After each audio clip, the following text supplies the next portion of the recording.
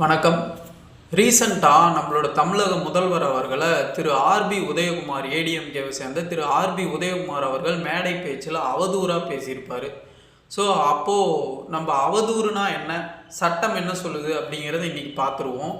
BNS section 356 section 222 ரெண்டு sections இந்த defamation பற்றி டீல் பண்ணக்கூடிய செக்ஷன்ஸ். இதில் 356 என்ன சொல்லுதுன்னா, நீங்கள் பப்ளிக்காக ஒரு பர்சனோட ரெப்புடேஷனை கீழே இறக்குற மாதிரி பேசுகிறீங்க அப்படின்னா உங்கள் மேலே அவதூறு வழக்கு பாயும். அதுக்கு என்ன தண்டனையோ தகுந்த தண்டனையோ நீதிபதி நீங்கள் பேசின அந்த ஸ்பீச்சை கேட்டு உங்களுக்கு அவதூறுக்கு தண்டனையும் கொடுப்பார். இது செக்ஷன் 356. செக்ஷன் 222 என்ன சொல்லுது அப்படின்னா, அவதூறு வழக்கை எப்படி கையாளுறதுன்ற ப்ரொசீஜரை கொடுக்குறாங்க. இது செக்ஷன் 222. இதில் முக்கியமான விஷயம் என்ன அப்படின்னா, இதில் எக்ஸப்ஷன்ஸும் இருக்குது. நீங்கள் பொது நலன் கருதி சில விஷயங்களை அவதூறாக சொல்கிறீங்க அப்படின்னும் போது பொது நலன் அப்படின்ற எக்ஸப்ஷன் அடிப்படையில் உங்களை விட்டுருவாங்க. ஸோ இது சட்டம் ஒரு பக்கம் இருக்கட்டும், நியாய தர்மம் எத்திக்ஸ் அதுபடி பார்த்தா இப்போ தமிழ்நாட்டில் இந்த அவதூறாக பேசுறதுன்றது ரொம்ப அதிகரிச்சிருக்கு.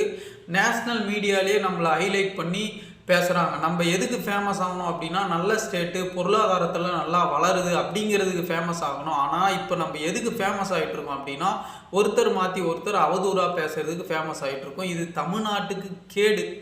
இது மாதிரி அவங்க பேசுகிறாங்க அப்படின்னா இவங்க திருப்பி பதில் கொடுப்பாங்க.